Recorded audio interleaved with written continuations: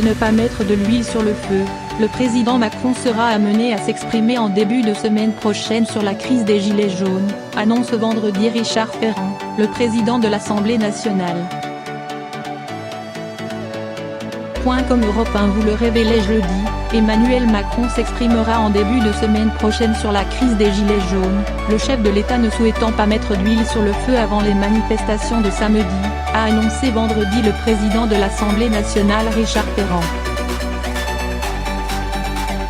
Le président a décidé d'attendre pour s'exprimer. Alors que la tension et l'angoisse sont maximales au sommet de l'État, le président de l'Assemblée nationale Richard Ferrand a annoncé vendredi que le président, lucide sur le contexte et la situation, avait décidé d'attendre avant de prendre la parole comme le réclame une partie de l'opposition et des manifestants. Un acte 4 sous haute tension. 3 semaines après la première grande mobilisation contre la hausse de la taxe sur les carburants, le gouvernement se prépare au pire et craint une nouvelle flambée de violence pour l'acte 4 du mouvement des Gilets jaunes. Un dispositif exceptionnel de 89 000 membres des forces de l'ordre, dont 000 à Paris, sera déployé sur tout le territoire pour tenter d'éviter les mêmes scènes d'émeutes que samedi dernier, notamment sous l'Arc de Triomphe.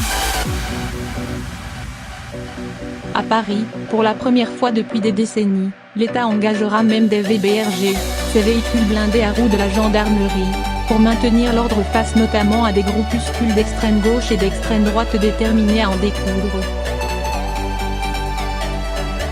Des menaces directes sur les membres de la majorité. Jeudi, tous les membres du gouvernement ont multiplié les appels au calme et à la responsabilité, relayés désormais par la plupart des partis d'opposition, les syndicats et même les évêques de France. Plusieurs responsables de la majorité font état de remontées inquiétantes. Des élus et leurs familles ont été intimidés. Des proches collaborateurs d'Emmanuel Macron ont reçu des menaces de mort jusque sur leur téléphone. Un exécutif fragilisé. Les concessions du gouvernement, qui a définitivement abandonné, après 24 heures d'extrême confusion, toute augmentation de la taxe carbone sur les carburants en 2019, semble n'avoir eu aucun effet. Si ce n'est d'avoir fragilisé le Premier ministre Édouard Philippe, en première ligne depuis quelques jours et qui défendait une simple suspension de la hausse avant d'être brutalement désavoué par l'Élysée. Emmanuel Macron est plus que jamais la cible numéro 1 des Gilets jaunes.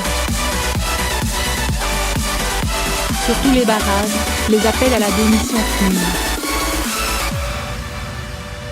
Sa visite éclair dans la semaine à la préfecture du Puy-en-Velay, incendiée samedi, s'est achevée dans un flot d'insultes et de menaces.